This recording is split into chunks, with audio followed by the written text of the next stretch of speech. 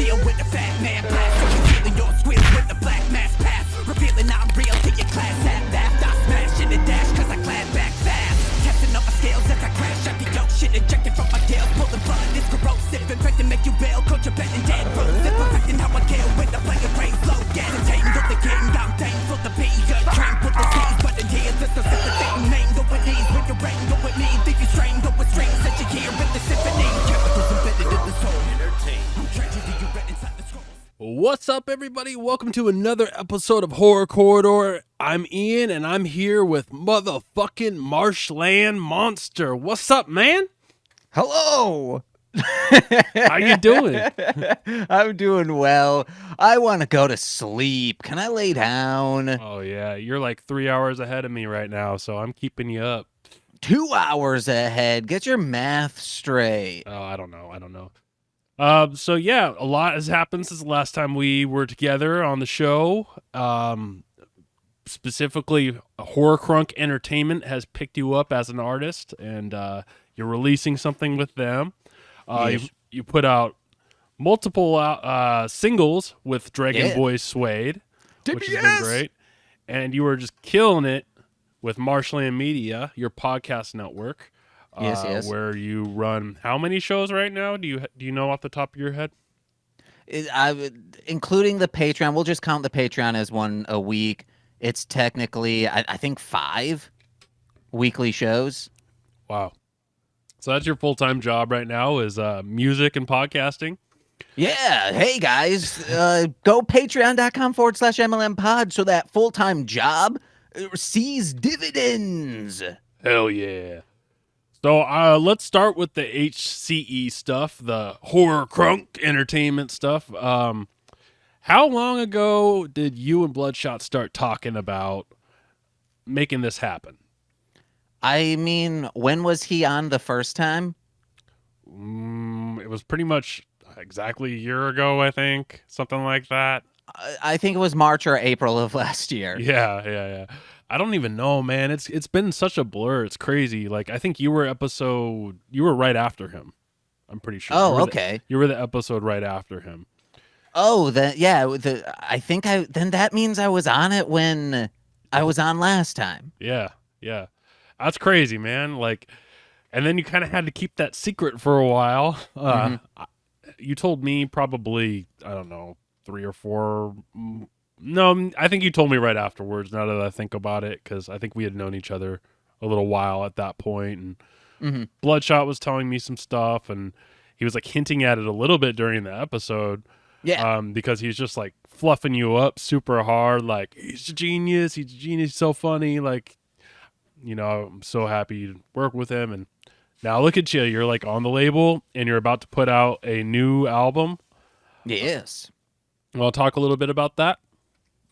Yeah, so the easiest thing for me to do is produce, in the sense of, like, when you make a rap song, I break it down into 4 parts. The beat, you need that. Then you need to write it, you need to record it, and you need to mix it. Those, I think, are the 4, just, if you want a song, that's what it is. So if everyone sends me stuff, and the label is new, so we need things out to just keep the buzz going. So I said, hey, I'm good at remixing stuff. Send me vocal tracks and I will put it to new production, make it sound polished over this production, and then we'll just release a album like that, a nice little EP. So over the course of a few months, I got that done, and then we were waiting on one person, and then waiting on one person. I will not reveal who that person is. People will look at the track list and be like, well, why were they waiting for that specific person? He had legitimate reasons, and then one not legitimate reason, because I was like, why did you record this as with the speakers on? And he's like, oh, no, I just had like earbuds. And I was like, why did you do that? Did you have it cranked to 11? So there was a lot of microphone bleed, and what I would have just had to have. Even the bass was in there. I was like, did you not use a low pass filter to get all like puzz and whatnot? So plosives. I should have just said plosives. There's a word for that. Sibilances is for that. You need a de-esser, you go with a sibilance, you take that out. But if you have plosives, you're probably going to want a dynamic EQ Whoosh, all over my head. How do you not know about this, man? I'm not an audio engineer, man, and Movie is video or audio as well. I never really messed with the sound stuff that much. Really, I was always a videographer. You know what I mean? Always holding the camera. Sound is something that was like, I think sound is more important than what you film, honestly, because that's what sells it. And I've always had to reach out to other people to help me out with sound related stuff. I mean, I know how to do some things, but yeah, I could use a lot of help. But yeah, so everyone sent me tracks. I got them all mixed, new stuff onto it, which I always think's easy because it's really just figuring out the key or I should say figuring out the chord progression of the original song. If it doesn't have a chord progression, figure out the key of that and then just go based off from that. If you really can't do any of that from just the beat itself, you can throw in the vocals through a pitch correction audio software, and then you're not pitch correcting, but it'll tell you what notes they're singing or rapping, whatever, because still it's not all voice is a pitch. So you do that and you're like, okay, well, they're hitting these notes. That's on this key. You can do this chord progression, all of that. Like the song MC Deep and I did the original beat on, what's that called? Over Analytic, I think. No, yeah. Yeah, Over Analytic. That one doesn't, that was just like a original sample and it was just like hitting the same chord over and over again.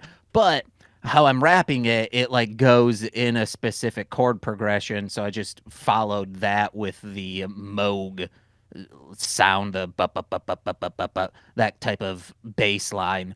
And then it's easy. And then it's done. I know people might hear these and be like, how is that easy? How did you make that into that? I don't know. You just do it. But that's how I started to really like get beats going when I was in high school. I just found acapellas of like 50 Cent songs or DMX, and then I would remix those. And then their DSK Horror. Do you know who that is? Yeah, Shane Poppin sent me one of their songs. Yeah, him and I came up together and we had this song called Religion. So this Religion song, because he was good at making beats and like keeping on a nice structure. So I would just take our vocals and I think I remixed it like 3 or 4 times just with different beats all the time. And that's how I got better at it. So remixing is a nice thing to do. Like I did Comatoses. Oh yeah, that's a new thing I did last year. The fucking I'm Madman and did you do the B-side on that too? Supper? No, I did the beat on the Hallows Evil this year. Yeah. But that wasn't a remix. Okay. Yeah, that was really good too. That's something worth talking about. But yeah, so this, how many tracks is it? 7, right? I think 7. I think if it ever gets put out physically, there's a bonus track that there's an artist that I remix, not thinking like, oh, they're not going to be announced when I get announced, so I can't put that out until they're announced, and I'm really excited for that one. It's one of my favorites on there. But yeah, the first one is Catastrophic, which was the single. We already put that out. It's that nice dark synth, horror synth wave type deal. Over that song, if you are someone looking to get into production and want a remix type deal, Catastrophic is one of those songs that is so easy to remix. Hit me up. I will send you the vocal takes, the stems. I don't care. Anyone listening, if you want one of my vocal stems, I will send it to you. Put it out for free. But if you do monetize it, put me on some splits. I'm cool with it. I don't give a shit. So that one, very easy to make. It's if you've heard Bleached Baseboards, that instrumental album I put out, which, hey, that got me a job with my friend Melzer. I scored his horror short, Special Delivery. It won awards. Hell yeah. at Indie Fest. Presley and I really we want to sit down and watch that and review it on Parents Under the Stairs. Hell yeah, please do. Yeah. Review all of his stuff. Do the Street Wizard's Apprentice, Morph Bots, Todd Grobin's Going Away Party, which I also scored some. He's great. Melzer, 2 thumbs up. If you have a job for like a really dedicated videographer in Chicago and it pays well, but he doesn't have to do overnight shifts 2 days in a row, hire him, please. He would appreciate it.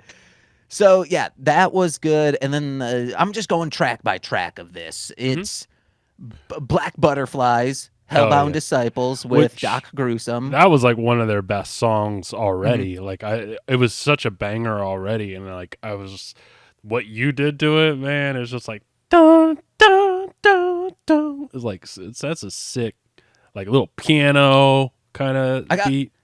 I got lucky on that because I was toying around with like an orchestra drum kit, and there's like weird ambient noises, and that's what came first. None of the melody stuff. It was the like orchestra, like hard hitting drums going on first, and then I went just to be like, oh, is this on tempo? Yes, it is. And then from there, I went into, I guess, like the orchestral crunk type stuff. Yeah. It's so solid too. How did it feel like working? I guess you were technically working with Doc Gruesome in that way. Like that's an artist that you've never really done a song for. Was that kind of cool? Like having an artist that you don't normally have like on your production, like rapping over that production.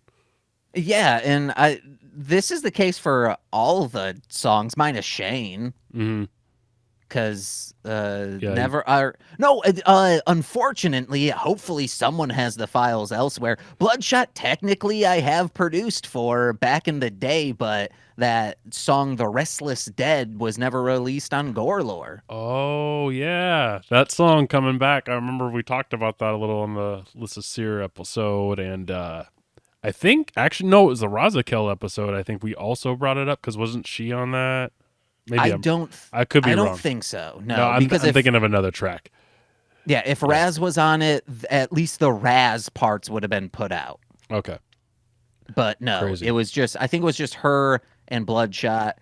We still have Lissisir stuff, but I don't know about Bloodshot. She would have to pull open her old hard drives. Fingers crossed, and we can get that remixed or put over a new beat, because boy, oh boy, does that beat suck dick these days. And not in the good way, in the bad way, the medicinal way. Was that the Gorelore era, though? Yeah. Like, around when that came out? So, but your beats were pretty solid back then. Okay, the compositions may have been, in quotes, solid, but the mixing was trash. Okay, I'll take your word for that. Some didn't even have a bass line in it. What was I doing? I have What's noticed when I listen to the tracks because I have it burned on a CD, but I also have it. I'll listen to it like on my phone too. It sounds different. Always sounds different. I like listening to it on my phone better. Because whenever I listen to it on CD, it's like, it sounds loud, too loud. You know what I mean? Oh, yeah. Yeah. Yeah. So that's I really like Black Butterflies because Lord Chaos, I like it. His verse, how I cut up the drums for that first part, has that like bounce to it that is from, the what's the Louisiana type stuff. Like his flow has that bounciness to it, and I don't think the original did that justice. So I think I got lucky on that, of just cutting it up how I did, and then it turned out good. I really enjoy that one. Yeah, I love that. I'm the sickest in the fucking hemisphere.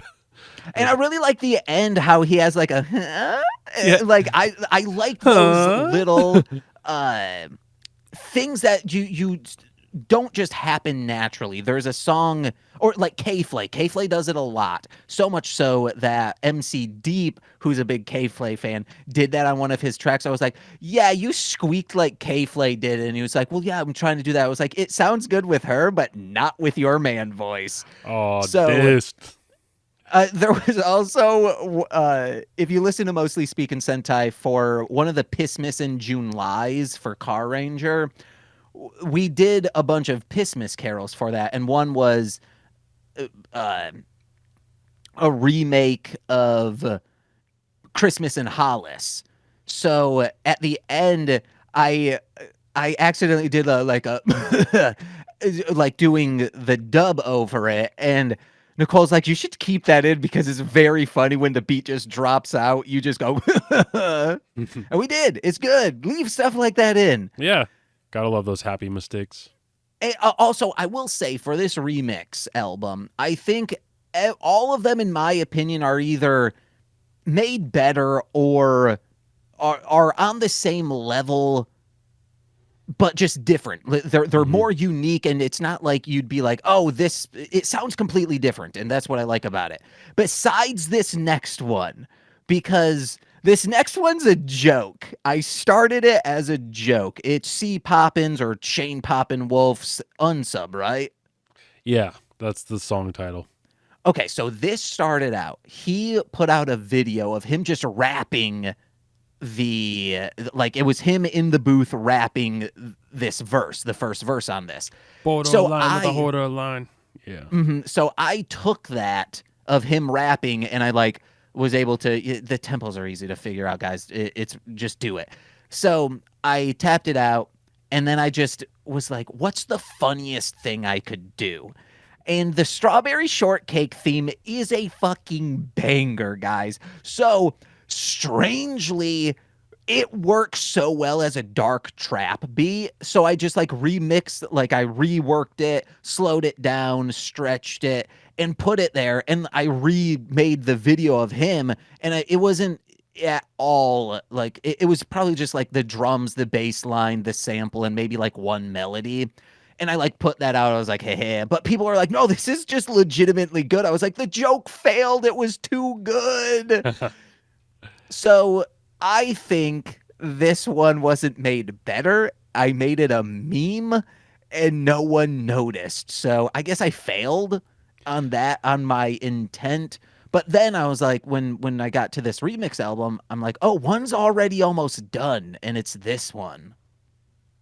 Well, thanks for letting me do that lyric video for it. I edited that together with the strawberry shortcake stuff, and everyone was like, why did you put all the strawberries in the background? That's so weird. And I'm like, you got to listen really closely. He's saying strawberry shortcake, the whole song. And everyone's like, oh, okay. My niece, when she was very young, loved, 3 years old, loved strawberry shortcake. And it was very funny because she would sing it all the time, but people would be like, oh, this is your niece, James, because she would go, strawberry, strawberry, strawberry shortcake, strawberry, only knew the hook. And I'm like, yeah, that's how I roll as well, even my own songs. Yep, and just mouth your way through the other parts. What's the next song on this album? I don't remember. Oh, so we just did strawberry. Then I think the next one would be Gun to Your Head. Gun to Your Head. Motherfucking Il Nico lyrical chef with Deranged, right? That is correct. Yeah. Maniac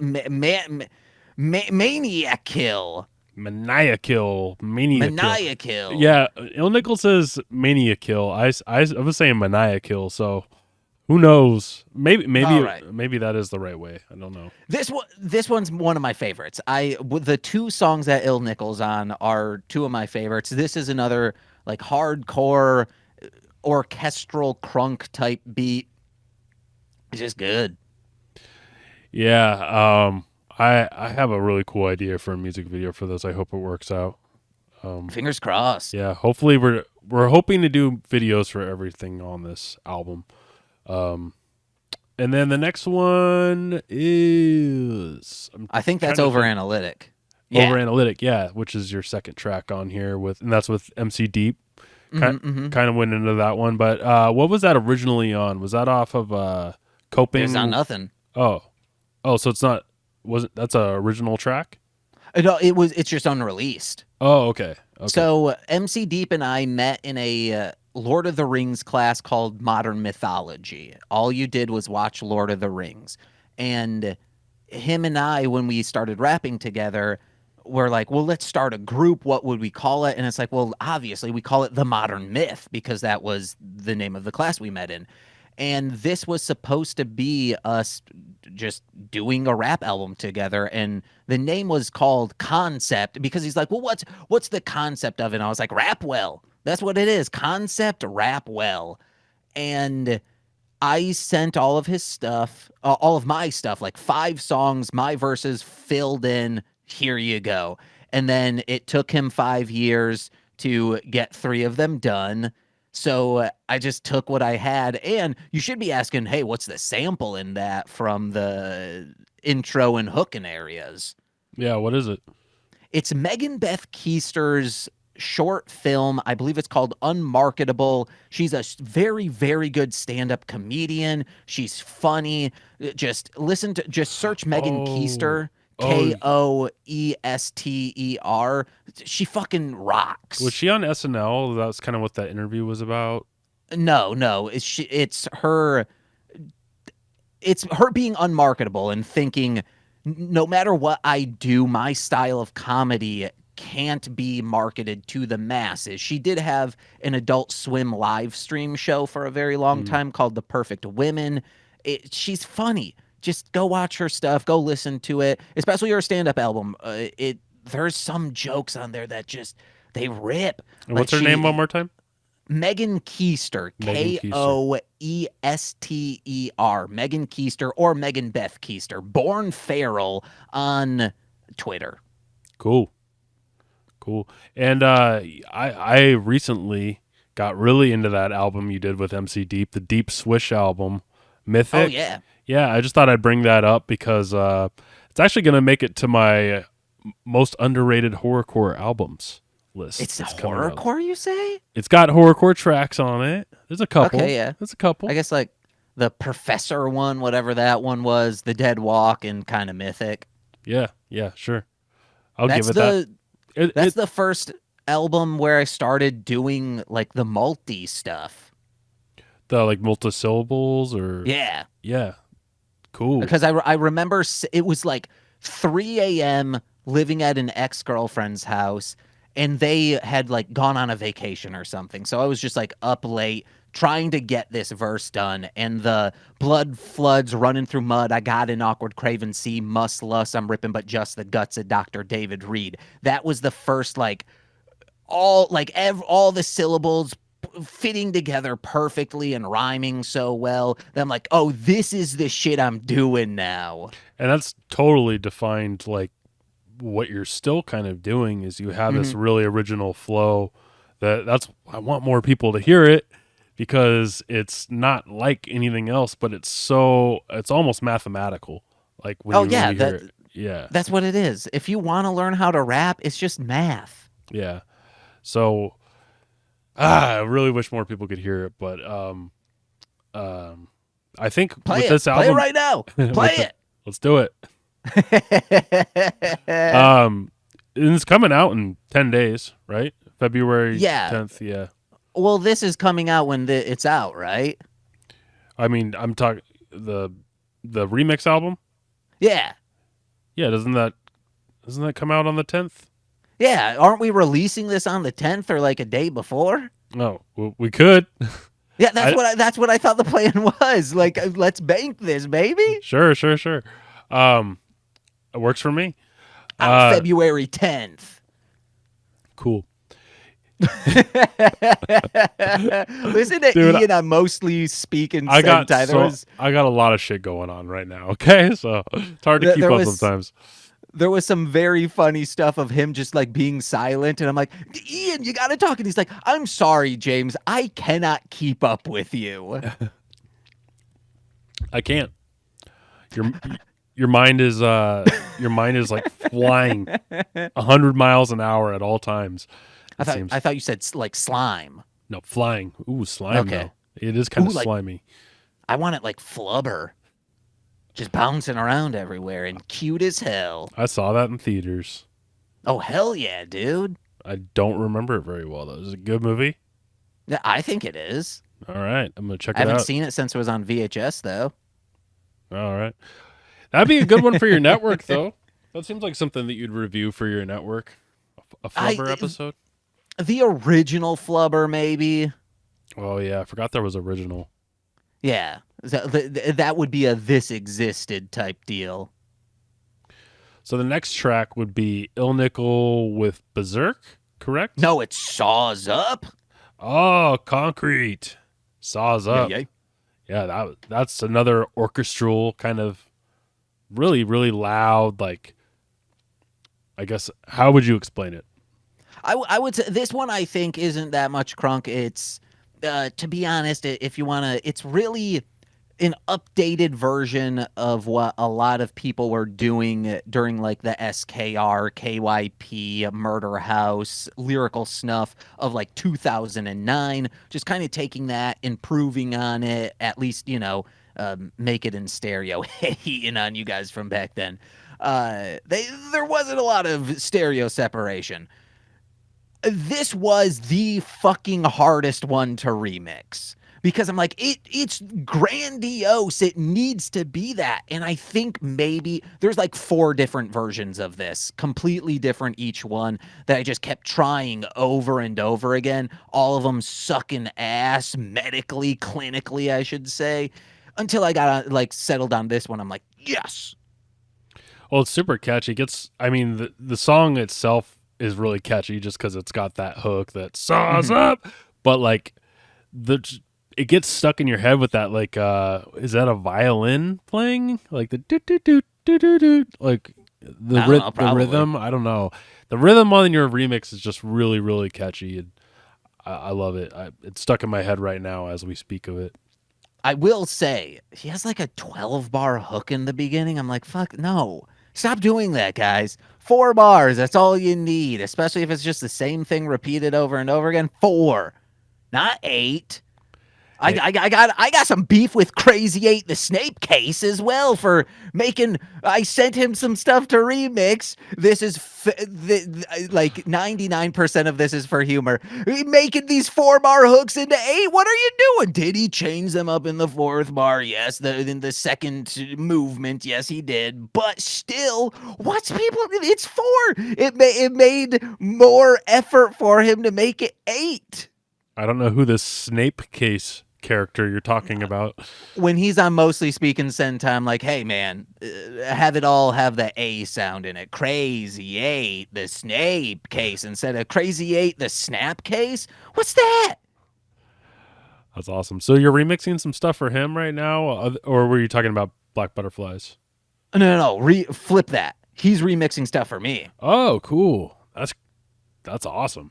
I thought I sent you some stuff. I just have to mix it. Oh, cool. They're done. Wow, I'd love to hear that. So is that just you rapping over Crazy 8 beats? And so it's the Exilian stuff that I did, which was like me doing trap horror stuff. It's Bored and Buried Industry and Baphomet. Oh, nice. Baphomet's. I know Baphomet.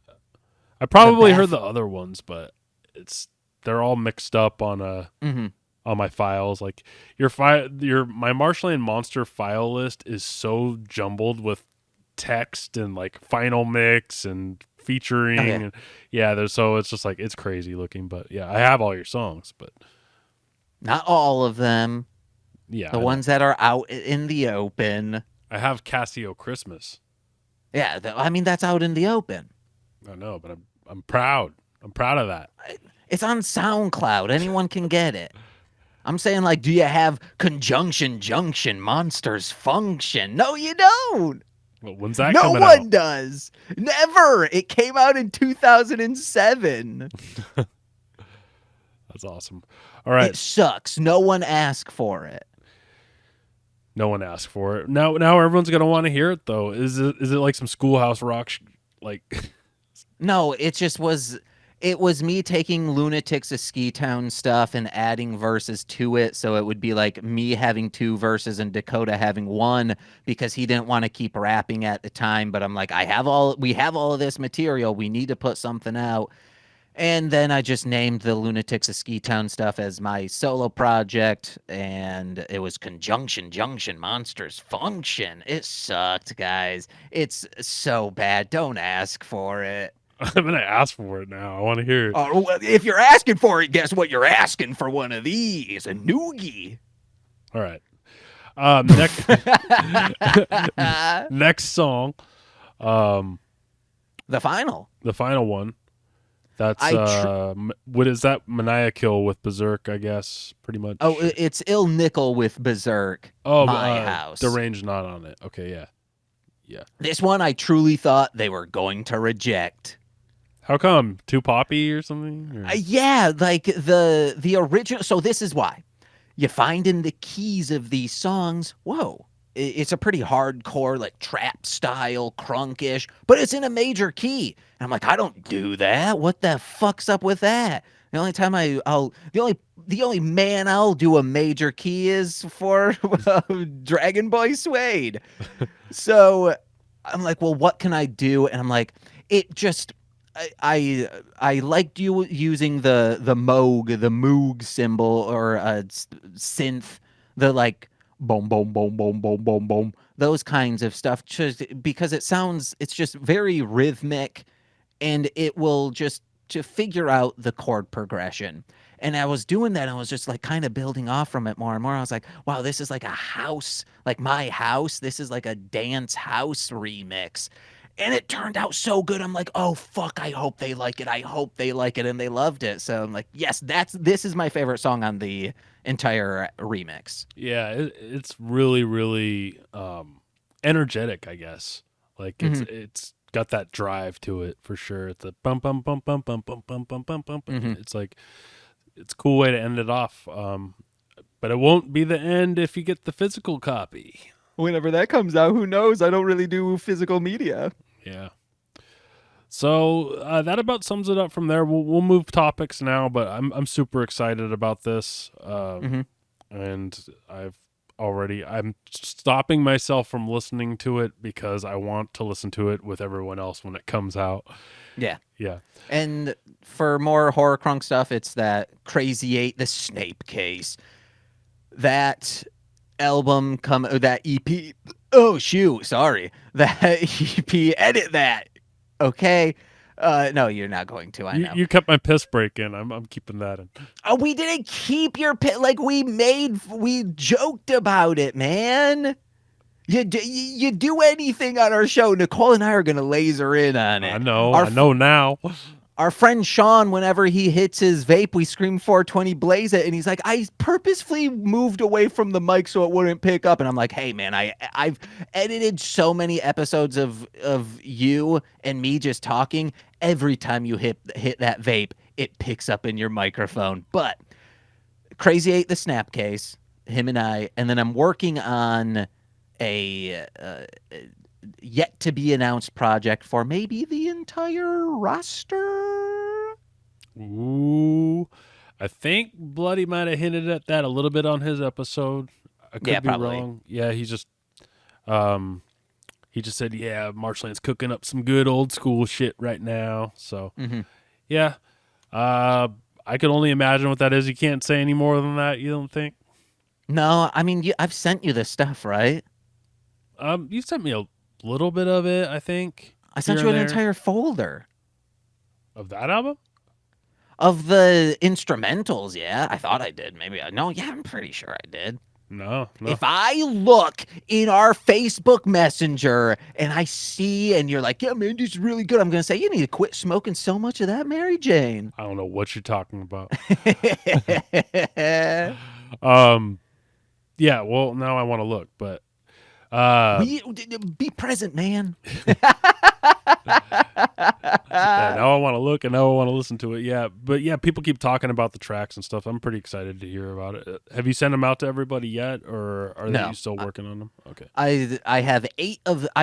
I want to get all the beats done so then I can just throw them to the wolves. They figure that out. And then all the recordings will start coming back around the same time. So whoever's mixing it can just batch mix it. It'll all be consistent instead of like, we have 3 songs done. Then 6 months goes by and it's like, hey, anyone else got these tracks? No, it's like, I like doing project, finish it, project, finish it. Yeah. You think it's going to be, do you remember the Slaughter Camp? Did you ever hear that mixtape? Okay. That's one worth checking out. That was Bloodshot, Concrete, The Reaper Man, Frozen Body Boy, Riot, Stitches was on a few songs. KYP Stitches. I feel like there were a few more guys on there, but that's definitely some horror crunk shit worth checking out from the past. But that was their crew back then. Now they got this new crew, or we got this new crew, Horrorcrunk Entertainment. It's going to be awesome to see that all the artists. I mean, you can take a look at the background, the backdrop. You see all the artists. Just imagine them all on one track. It's going to be nuts. People will be like, oh, yeah, James, you dropping on this? I'm like, no, I made all the beats. I'm technically throughout the entire thing. I'm not rapping a lick. Oh, come on. No, not going to 'cause jump in on there? Then I got to write the verse. Writing verses is hard for me. I'll write you a verse. No, okay, write a verse in my style. It won't be as good because I don't got those mathematics like you. Exactly. That's the hard thing. Yeah. Actually, the hard thing is recording this shit. That's the difficult. Like, there's a thing that we also can't talk about right now where I just respond, like I sent someone a message saying these multis will be the death of me because just trying to record one line at a time is hard. Ian, enough of this dumb rap stuff and let's start talking about the love of your life. Oh, yeah, Presley, your co-host. Yes, of the height of horror. If you're not listening to that show, please do. We need more listeners because not just we want listeners, it's because each season of this show, this podcast, The Height of Horror, wherever you find this, I mean, unless you're watching on YouTube, if you're listening to this in podcast form, you can find The Height of Horror. Ian, what's the best year in horror movies? Oh, dude, that's a hard one. I got to say like 79 or 80, maybe. Okay, well, what's the worst year in horror movies? 1998. Okay, shut up, man. We're here to settle this debate. What is the best? What is the worst? Or maybe there's none of that in horror movies. We are taking big budget, low budget, no budget, high for the critics, low for the critics, all this big swaps, this swoops of horror. In 1 year, we take 13 movies, we just watch all of them, and then 14th episode of the season, we kind of do a retrospective, like, how was this? What's going on? And I'm loving this format of the show because trying to find 13 movies in a single year, you are doing ones that you have never heard of and no one is talking about, at least on podcasts. We're doing made for TV movies, straight to video movies, but we're also doing things like Deep Rising, Bride of Chucky, because right now we're doing 1998 because that's what Presley said was her favorite year in horror. Yeah, Bride of Chucky's like her all-time go-to comfort movie, so I think that year means a lot to her. Yeah, and it's already so good. Like, The Ring came out in 98. It's so good. Yeah, I'm trying to think. Deep Rising is really, really good. I did not remember Carnival of Souls being that bad. when I watched some of it with her, and I was like, damn, dude, I do not remember this. It was, so we're talking about the remake of it. The remake, yeah. It has very, very good symbolism and things that on a second watch through you'd be like, holy shit, this is what they're doing. Luckily I have seen the original, so I was like, oh, I think this is what they're doing, and that's what they were doing, and very good in those kinds of terms, but everything else pretty dog shit. But the characters movies were so weird. Oh yeah. The movies we've done so far have all been smash hits, so 1998's looking good. The Eternal, is that a smash hit? Okay, the first, how I explain this, listen to the episode though. The first 2/3 was a movie I loved for all the right reasons. The last third was a movie I loved for all the wrong reasons. Okay. You have a really unique taste in movies. I really like figuring out, like, especially if something new comes out, I really like figuring out what the Marsh Land angle is going to be, because it's always so unexpected. You loved Halloween Ends. Oh yeah, Halloween Ends is, I think, my favorite Halloween movie. It fucking rips. And you're a big fan of the Rob Zombie Halloween movies? I'm a big fan of the first one. Okay. When I watched the second one initially, I vehemently hated it. But I think going back, I might enjoy it more. Or maybe I should watch the theatrical cut, because the director's one was just bleak and just too much savage beating. Yeah, I think one of the things I don't like about those Rob Zombie... Oh, here we are, getting back into Rob Zombie movies. We don't need to do it. Yeah, forget about it. Ask me, like, what'd you think of Megan? Yeah, what did you think of Megan? Because I thought that looked terrible. It's so good. Yeah. Watch it. It's fantastic. It's funny. It's got some nice scares in it. It's creepy. It's well done. I have no idea the kind of tech stuff that they're doing, how it was made for like $8 million. It's great. That's cool. And it's insane how James Wan isn't being talked about. Maybe it seems like in the year 2000, people were talking about John Carpenter as this master of horror. Well, Saw came out 20 fucking years ago now. So why aren't people talking about him the same way? He's helmed so many great franchises and has revolutionized like horror for the whatever your opinion is. He has defined eras of horror so many times, and it's crazy why he's not. Just look at his filmography and you'll be like, how? Well, I think he was kind of seen as a master of horror until he dove into like non-horror stuff like Fast and the Furious and stuff like that. Those are fun movies. No, I know, but it was around that area where I think he was taken out of the arena of like the master of horror. You know, people just stopped talking about him that way. But yeah, like John Carpenter, he never veered away from horror. Exactly. He's always been horror down one and all. No, Escape from New York and bullshit. That's not horror. Look at Wes Craven. Look at Toby Hooper. Everyone's veered away from it. So exactly. So give him the props he deserves. This man is a legend. Malignant rules. I'm not a big fan of everything James Wan did after Saw. I like it all.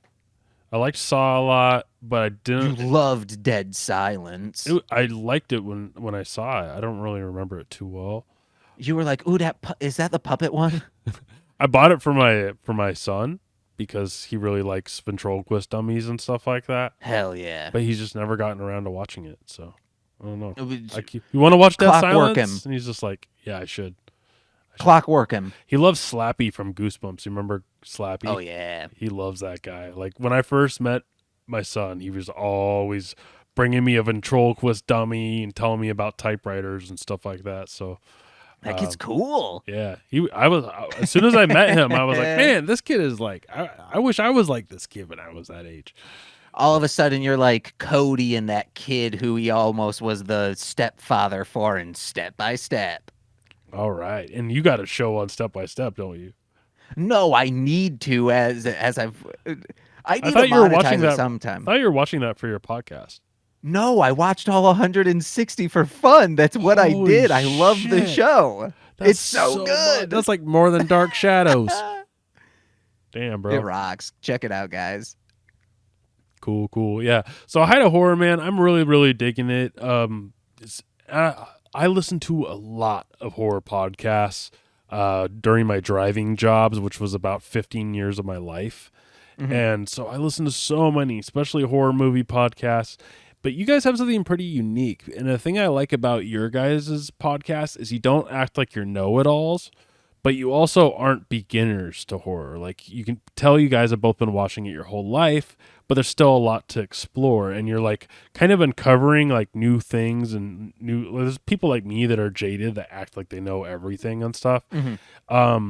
There's I guess I should. Me saying, I wasn't meaning to be pointed at you. Yes, I know podcasters like you. Yes, but you are jaded and pretentious. Yes, I know. Which is why I don't have a horror movie podcast at the moment.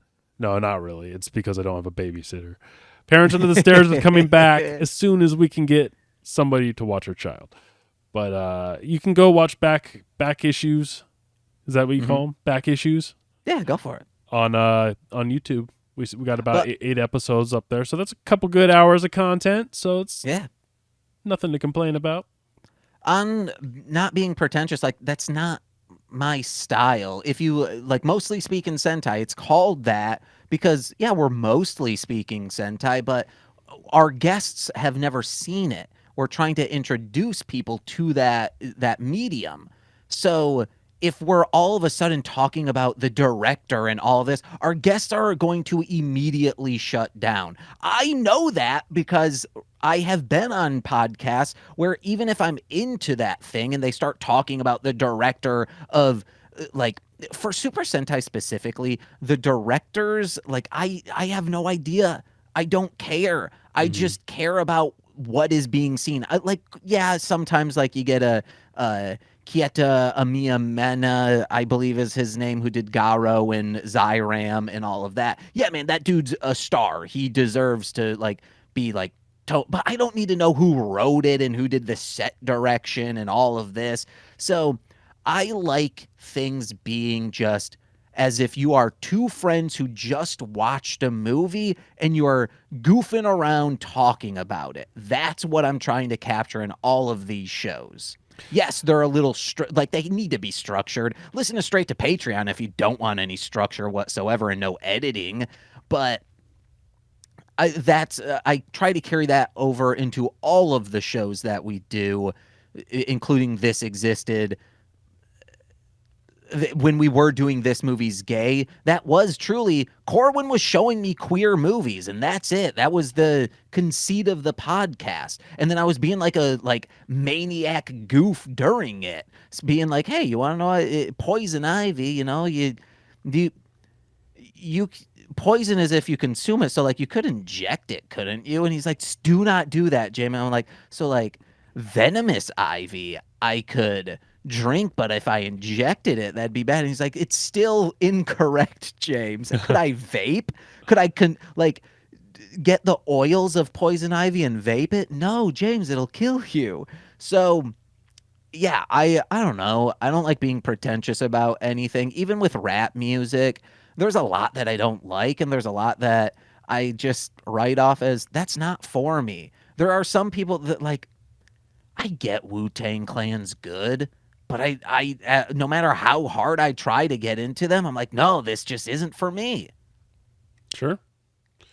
So how have the communities related to each of these podcasts kind of received? Like, have you, like the Sentai community or maybe like the wrestling community, have any of them kind of like caught on to it, and like, are you picking up on these new subcultures and stuff like that with your podcast? The Sentai community does not know what to make of us. So luckily, Ranger Command Power Hour, Eric Berry from that podcast, a Power Rangers podcast, picked us up like the first episode. He noticed us, noticed we were from Chicago. He's from the area, and he messaged me saying like, "Hey, one, this is a very fun show and a great concept, and two, how is it sounding so good right off the bat, like audio wise? I've been doing this for 6 years and you guys sound better." And I'm like, "Oh, I've been doing this audio stuff for 14. So it came easy to me." And luckily his show has, I don't want to, like, thousands of listeners. He had us on very early, so we were able to pick up a lot of the weirdos from his. There was one episode where we were defending Ninja Steel, Power Rangers Ninja Steel, categorically shit on so much by the Power Rangers fans. It's like everyone's least favorite. We came on to defend it because it is the only Power Rangers series that Nicole and I like, of course. But it's just earnest and it's just sweet boys being friends to each other. So it resonates with us. It's the Halloween ends of Power Rangers. I guess so, yes. So over 10,000 people listen to that, and like our listenership didn't spike at all because they're like, oh, I don't want, if they like Ninja Steel, we're not going to like them. So it's very hard for us in this format for people to get into us. Juggalos have been the best. Out of cool. the Super Sentai fans, shitty. But Juggalos, when we started doing Shuffling the Deck, were actually like, oh, you guys are doing something at least interesting, trying to make a definitive playlist of ICP songs for introductory to be like, if you want to get your friend into this stuff, we've dived through all the shit because, oh my God, there's a lot of shit that could turn off first-time listeners. So listen to that. We did all the albums and side projects and stuff on the Marsh Land media feed. The wrestling stuff, though, I don't know because that's kind of Sean's foray, and that should be his job at getting people into it. So if you're into wrestling, Lucha Underground, that's what we've been discussing. Please listen to that show. This Movie's Gay has not put out an episode in a year and a half and gets more weekly plays than Shuffling the Deck that puts out weekly episodes still. Wow. So maybe queer podcasts, there's a niche there that a lot of people seeking that out probably. Yeah. Oh, cool. So that's your 5 podcasts. The Formulaic. Yeah.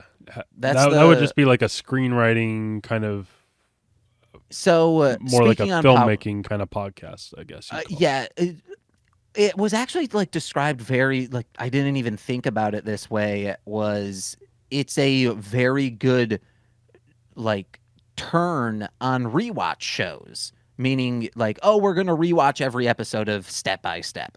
Well, this is a show that we dissect the formula of the plot structure. So things like Power Rangers or Let's Go Scooby-Doo. Every single episode of Scooby-Doo is really the same exact thing, especially like A Pup Named Scooby-Doo and On. Or like Scooby-Doo, Where Are... No, not Scooby-Doo. What's New Scooby-Doo? What's New Scooby-Doo? Same exact things happen every single episode, just in different places with different people. So we take that formula, we break it down into an outline, we mad-lib that outline by just filling in the blanks, and then within an hour, we write an entire script.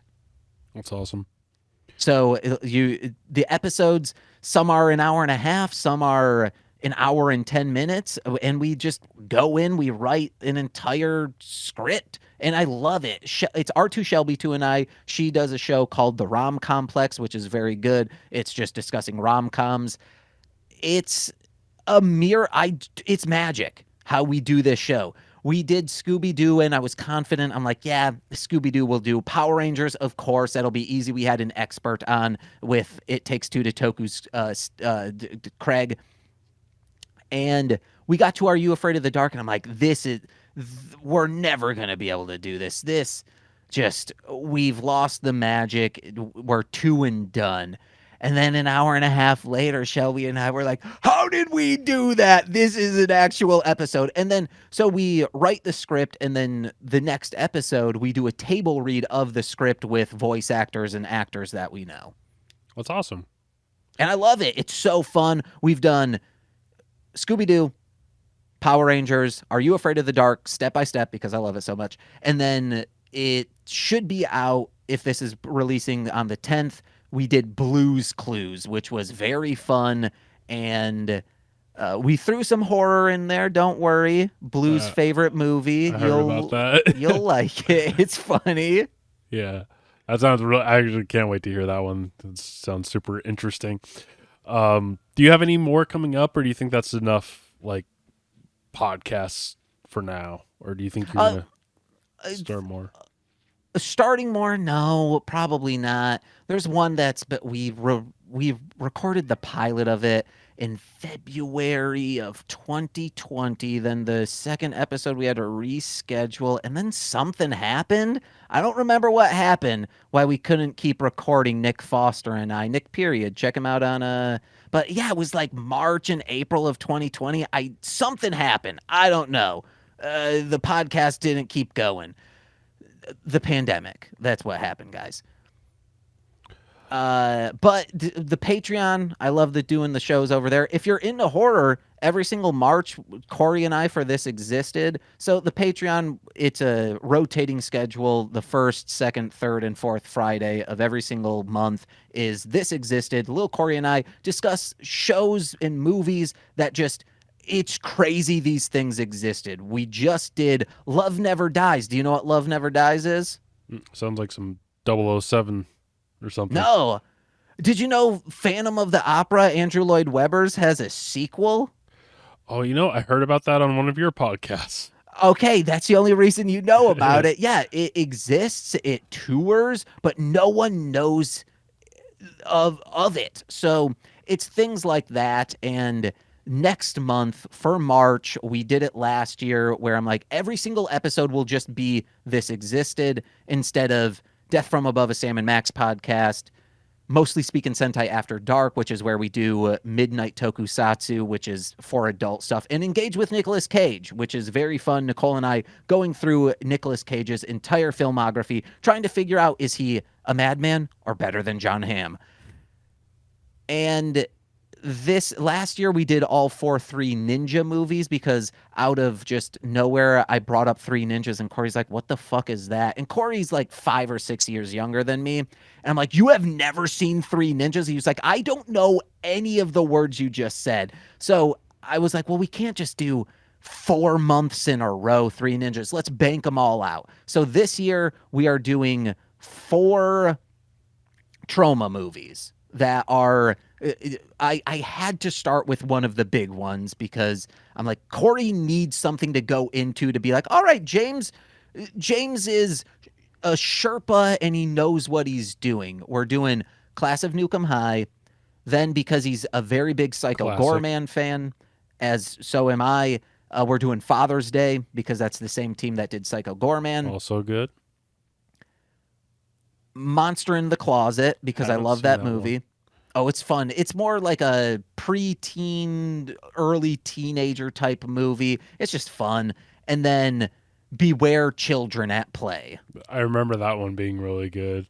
It's so fun. And then for straight to Patreon, which is our $10 and above over on patreon.com/MLM pod, we do once a month a straight to video movie. And we're doing another trauma movie. It's Nicole's the only trauma movie she likes, and I don't know why, because it is truly, when it comes to filmmaking, the worst trauma movie I've ever seen, The Evolved Part 1. The cover for that looks strange.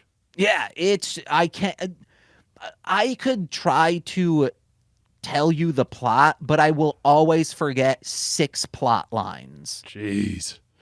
It's so baffling, but Nicole loves it, so she's like, oh, yeah, I'll come on for straight to Patreon if it's the Evolved Part 1. That's awesome. Mm-hmm. So back to music, solo-wise, you have an album that you were talking about on the last episode. I'm trying to remember the full name. It was... With Hopes to Overdose, Marsh Land Monster. Okay, yeah. How's that going? I think since the last episode, I've maybe written 8 bars for it. Okay. It's sad. It's hard to get into, but once I get this HCE roster album done, I gotta get it done. I'm hoping by like next December, November area to finally have it banked out. One song's out fully written, one's half written, so that means I have 3.5 songs to write. That's awesome, though. I mean, is it? I'm trying to remember from the last time we talked. Was that the one that was going to be all you? Like, there's no features. Oh yeah, no features. Just you. Okay, and it's based a lot on your friends and stuff passing. Mm-hmm. Friends dying, survivor's guilt, depression. Okay, I'm very, very interested to hear it because the last year of like your output musically has been pretty funny stuff. Like Dragon Boy Suede. Yeah. You teamed up with he's a comedian, right? Yeah, he's a stand-up. You can watch, if you have Paramount Plus, go, I think it's like season 10 or 11, find the Howard Kramer Dragon Boy Suede episode. It's old and dated, and he doesn't do stuff like that anymore. Or listen to The Attempt. Howard Kramer's The Attempt, or his Have a Summer stuff that he's recently put out. All very good. Henry, stop meowing. I'll be out to cuddle you later. Henry's our cat. Yeah, that's truly what I was focused on, because in the interim of the HCE stuff of me like, oh, when's this stuff gonna be able to be released? I'm like, I need this Dragon Boy Suede stuff because one, he is popular, and two, I am a huge fan of his, so why wouldn't I? So we're working on 2 more songs right now, so it's still working. Like I'm messaging him all That's of dope. that. He's been going through tech issues recently, so the outputs kind of slowed down a little bit. We have one like solo song of his in the hopper for whenever we want that out, but I think 2 or 3 more songs and we'll put out it as an album. I don't know. I'd like to do cassette. I'd like to be like, hey, hit up your dudes at AST Records. Let's see if they'll put it out. You guys are a great duo too. Like you guys really bounce off each other really well. He's got kind of this deeper, smooth voice, and then you cut in with your higher end, bouncy, like you got that, like you called the triple time rap style. It really, really goes back and forth well. And of the 3 tracks you've done, 4. 4 are released now. Yeah. There's let's see, Baltic States, G Material, Indica Inch, and Exploding Load. Exploding Load. Oh man. And there's a bit of a theme there, very sperm. Yeah. I'm trying to get him away from that, but I sent him a song called Ebe Dweeb talking about eBay buyers just being dinguses. You send them stuff or they like keep sending you emails. He's very much on eBay. Listen to his podcast Grift Horse to hear more about that. And Nicole, for the comic book store she works at, runs the, or used to run, the eBay store. So she has all the stories they talk about on the podcast. She has like 3 more because she deals with collectors only. So Oh, that's crazy. a lot of the stuff from my verse I pulled from just stuff she has told me. And then I kept like, hey man, every time I bring up Ebe Dweeb, he never like says anything back, but he finally said like, oh hey, and about Ebe Dweeb, I have writer's block on that. All I can think of is sex rhymes lately. So I'm like, okay, we'll keep doing that. But I did pitch him because he says in his shows that he said it for years, that he can turn a cat on their owner within 15 minutes. Like he can make the cat his. So I'm like, oh, I was like, what's the next song? And I just started singing in Howard's voice. This is how I always do a Dragon Boy Suede beat, because there's a specific style that he looks for. It's called donkey, which means it kind of sounds like a hee-haw, and something that you can play on a keyboard with just one finger. Like that's what he's looking for, simplicity. So I just started saying, let me dom yo cat, make 'em bite yo ass. And I was like, yeah, okay, yeah, that's a doming a cat and make it turning on them. That's good. But I was like, where's the turn? How do we heighten that? I was like, then let me dom those cats, make 'em fight faux cash. And Nicole's like, so you're starting a cat fighting ring? I was like, hold on, Nicole. It's not cats fighting cats. It's cats fighting humans and always winning. Oh my god. So that's the next track? Yeah, I think that'll be the next track. He also sent me one that's just, I think it's called Load Management, that he wants to More do sperm. next. Yeah, so someone said in a Reddit comment, because the Earwolf people and alt comedy individuals on Reddit really like Howard and really like me from the podcast rap stuff that I did. Someone said, Howard has always been dirty, but Marshland, you really bring it out of him. And I had to respond back saying, Indicate Inch was the only that's the only like really perverted idea that I've come to the table. Gene Material wasn't that bad. Did he but know that you had all the dicks and masturbation sperm songs like before he met you or before you guys started working together? Because like you got quite a lot of like kind of like jerk off songs or like lines, not full songs. Yeah, not but- songs. yeah. No. No, he just knew I made beats and I also rapped. I think he had heard Catastrophic and maybe Catastrophic and maybe Play a Little More. The one of the podcast raps that he played on Who Charted for me doing some production work for him.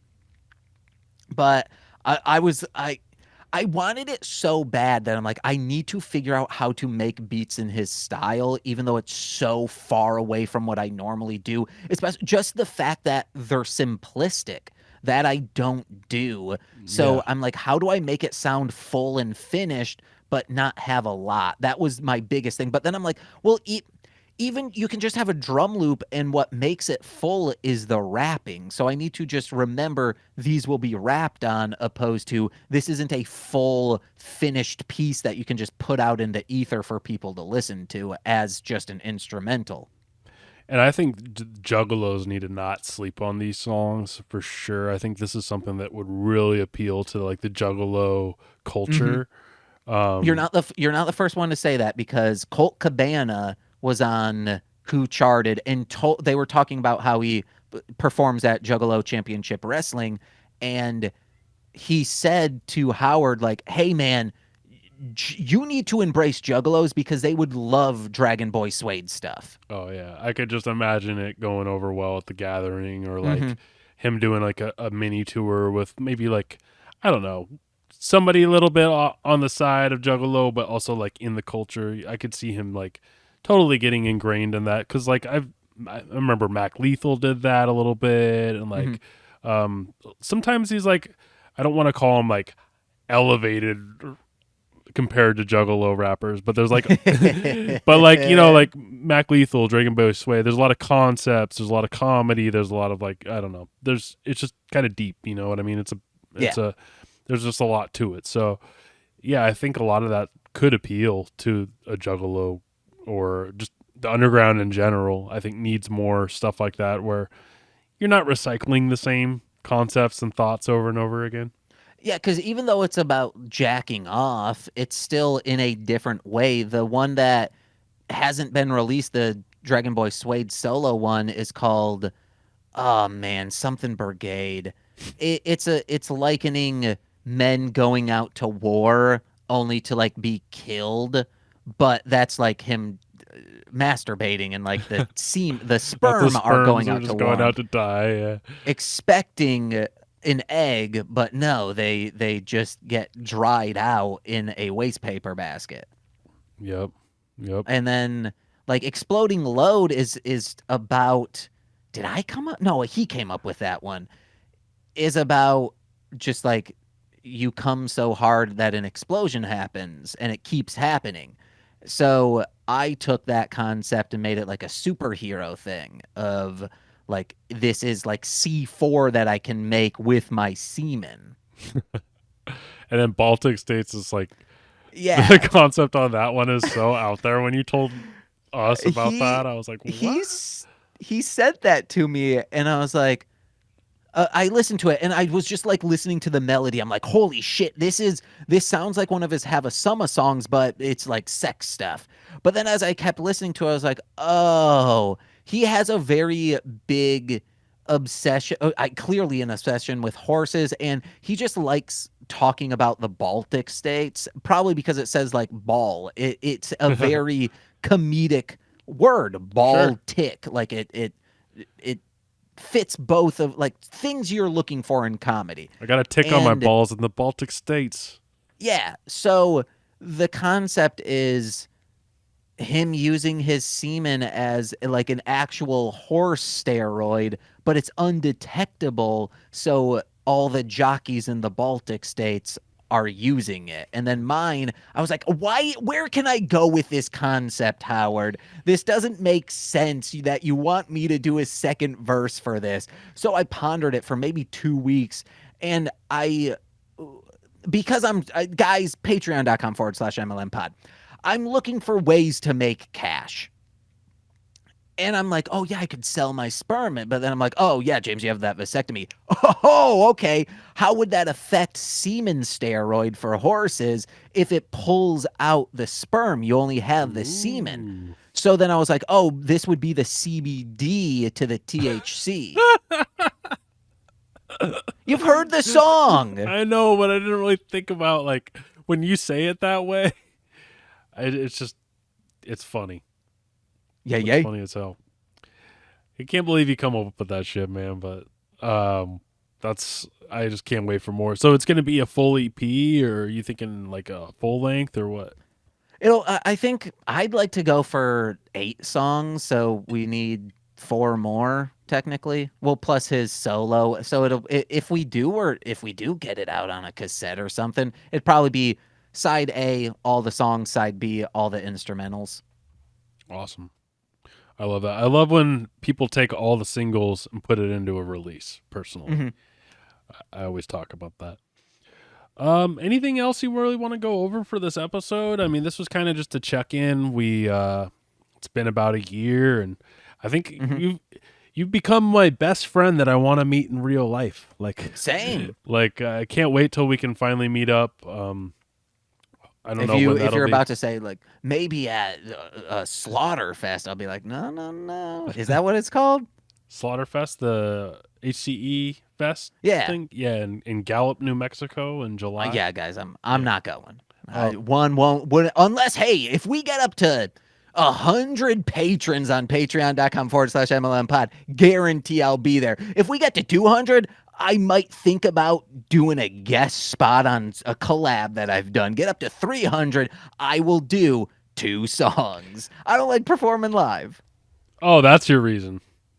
Yeah, no, thank you. Okay. But 100, I'll go. The money thing's the main issue of just going, but performing. Yeah, that's a bit of a trip for you. I feel like that's a bigger trip for you than it would be for me, but I don't have a map in front of me. Now I lost my Height of Horror, guys. Yeah, listen to that. Check out the Height of Horror and all your other podcasts. That's it. Height of Horror. If there's one takeaway, we'll also listen to the remix album. But if there's one takeaway, listen to the Height of Horror. You got a lot of good shit coming out right now.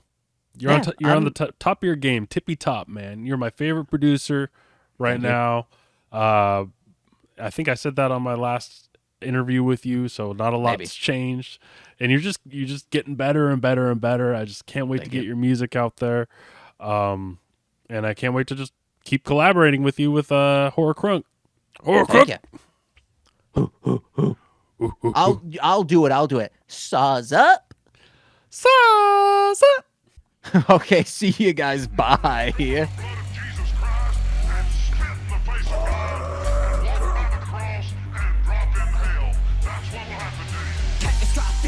Monster of X at this genre of death. I'm beyond the apex. I'm made of logic, spitting gothical text. It's a probable bed of a possible threat. I'm sealing my seal with a fat man blast. You're concealing your squeals with the black mask. I'm the sickest creature in this hemisphere. The whole world blind, got their minds in decline. Open eyes, you can see it more clear. Bad butterflies in the skies of the eyes. What you gonna do when you're fly blind? Cut 'em, cut 'em, cut 'em, cut 'em.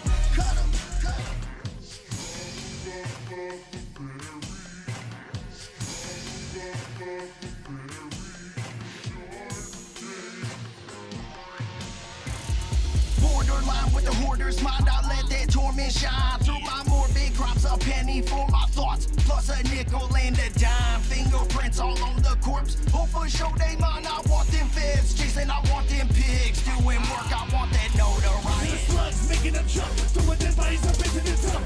No nickel, grabbing a pistol, shooting you up and splitting the tissue. About to get fucked, the bullets they hit you. Put the gun up in your mouth and dismiss you. With a pistol and shoot yourself, just save me the ammo and minus your health. Crazy motherfucker running with an AK, jumping out the block when they 7 Mayday. Everybody about to catch lead in the chest. If you messing with the rain, man, you fucking with the best. We coming with the bullets coming out the southwest. 40 cal hit you like you ran into a cannon and you splattered on the floor like a fucking watermelon. There's slugs for days, this ain't a phase. We ain't killing motherfuckers in the Everglades. If you thinking that overanalytic, when I'm spitting mad acidics. I blow more ballistics and an over at its limit. Feeling older at the minute cause it's lonely cat ambitions. I'm so sad and timid with a load of bad decisions. Call me cannibalistic like the instrumental bumping. I'm a man on a mission for a sentimental something in the den. The devil's running from nothing, bluffing, pulling punches, but the men are mental. Summon mutton puffing from a dungeon. Fishing allegoric, I'm provoking mystic imagery. Agony's euphoric, I'm promoting twisted misery. Yo, the name McCormick put the loathing sickness into me. Now I rap historic as I'm flowing liquid symmetry. I blew a brains out. Slaughter us, let's get it in.